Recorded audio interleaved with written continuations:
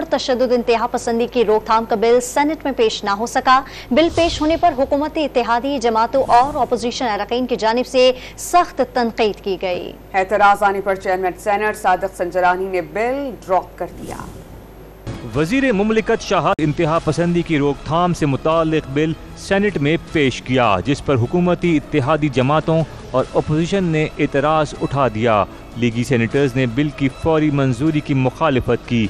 इरफान सिद्दीकी ने खदशा जाहिर किया कि ये बिल सब के हुकूक पर कदगन लगाता है।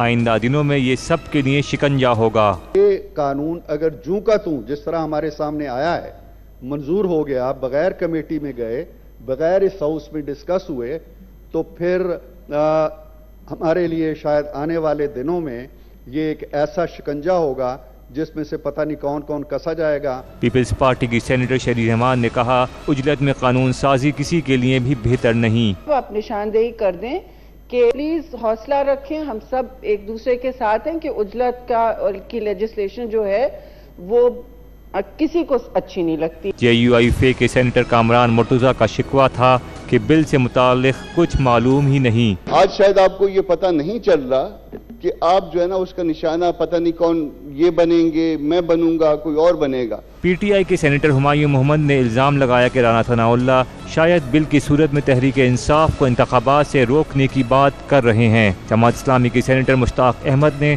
बिल को जमहूरियत के ताबूत में आखिरी कील करार दिया।